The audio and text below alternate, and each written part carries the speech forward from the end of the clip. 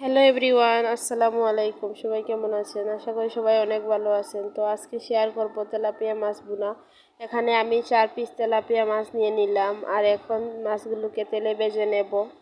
Fry প্যানে দিয়ে দিলাম পরিমাণ মতো তেল। তেলটা গরম হয়ে গেলে দিয়ে দিব একে একে মাছ। তো দেখুন মাছটা ভাজি হয়ে গেছে।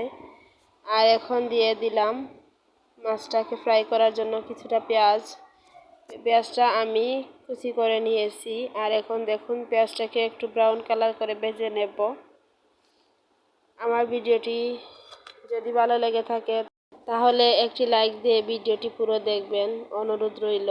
আর আমার চ্যানেলে নতুন হয়ে থাকলে প্লিজ চ্যানেলটি সাবস্ক্রাইব করে রাখবেন। আর যারা অলরেডি সাবস্ক্রাইব করেছেন তাদেরকে জানাই অসংখ্য ধন্যবাদ।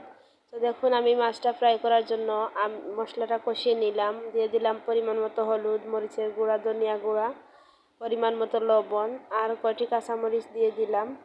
দিয়ে মশলাটাকে কষিয়ে এখন আমি মাছ দিয়ে দিচ্ছি। মাছটা দিয়ে মাছের সাথে মশলাটাকে একটু উল্টে পাল্টে মিশিয়ে নিচ্ছি, যেহেতু আমি মাছটা ফ্রাই করব, পানি দিব না মাছে। আর এই মাছ ফ্রাইটা আপনারা চাইলে গরম ভাতের সাথে পরিবেশন করতে পারেন। এখন দেখুন আমি মাছটাকে 5 মিনিটের মতো রান্না করে নেব। আর এভাবে কারা মাছ খেতে পছন্দ করো প্লিজ কমেন্টে জানিয়ে যেও। তো দেখুন আমার মাছ রান্নাটা হয়ে গেছে।